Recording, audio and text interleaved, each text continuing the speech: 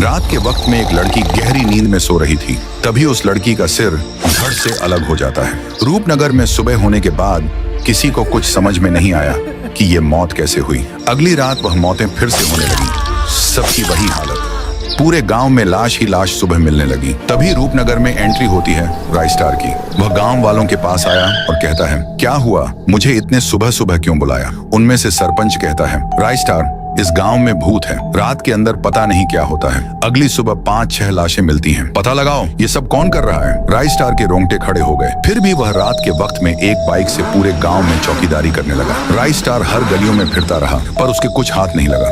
अगली सुबह भी मौतों का आंकड़ा कम नहीं हुआ, लाशें फिर मिलने लगी। राइस्टार आग बबूला हुआ, ऐसे कैसे हो सकता? रात को तो मैंने अच्छे से चौकीदारी की थी। लगता है ये काम किसी भूत का नहीं बल्कि गांव के किसी इंसान का ही हो सकता है। राइस्टार जब जा रहा था उस घर में एक झाड़ू उसे दिखती है। राइस्टार ज्यादा ध्यान न देकर जा रहा था कि उसे झाड़ू मारने की आवाज आती है। राइस्टार वहां जाकर देखता है तो एक गरीब सा दिखने वाला आदमी झाड़ू मार रहा था। उसी टाइम राइस्टार अपना दिमाग दौड़ाता है, अरे वैसे ही झाड़ू तो मैंने वारदात के जगह पर देखी थी, वह पुरानी है, और जो इसके पास झाड़ू है वह तो नई है, पर इसकी पुरानी झाड़ू वारदात के जगह पर क्या कर रही थी? राइस्टार का शक इसी आदमी पर जा रहा था। रात के करीब 1 बजे राइस्टार देखता है कि वही आदमी कहीं तो जा रहा था। राइस्टार उसका पीछा करता है। वह आदमी हाथ में एक कुल्हाड़ी लेकर एक घर में घुसता है। वहां सोते हुए आदमी का सिर धड़ से अलग करने ही वाला था कि एक आवाज आई, रुको, उसे मत मारना वरना पूरे गांव वालों को जगा दूंगा। उसके बाद तेरी हालत क्या होगी तू जानता ही है, चल बता। राइस्टार हाथ में तलवार ले लेता है। वह आदमी तलवार और गांव वालों के डर से वह रोते हुए मारने का कारण बताता है। मेरा नाम बाबूलाल है। 1 साल पहले मैंने पत्नी और बेटी को अलविदा कहकर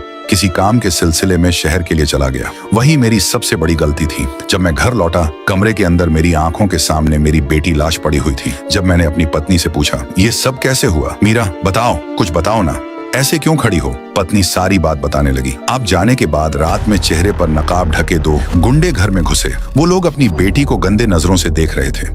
एक गुंडे ने कहा, ये जाने मन, चलना मेरे साथ, ये चले जाओ यहाँ से, मैं अभी बता रही हूँ। फिर उसने मुझ पर बंदूक तानी और कहा, अब जाओगी क्या? नहीं। उसने मेरी जान के खातिर उनके साथ जाने के लिए तैयार हो गई। वह दोनों अपनी बेटी को लेकर ऊपर चले गए। मैं वहां खड़ी कुछ कर नहीं सकी।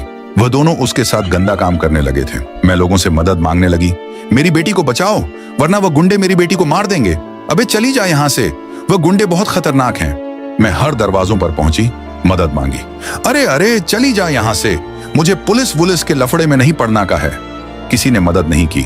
पुलिस वालों ने भी हाथ खड़े कर दिए। तब से ही मैंने ठान लिया, मैं शपथ खाता हूँ इन गांव में रात को कोई भी चैन से नहीं जिएगा।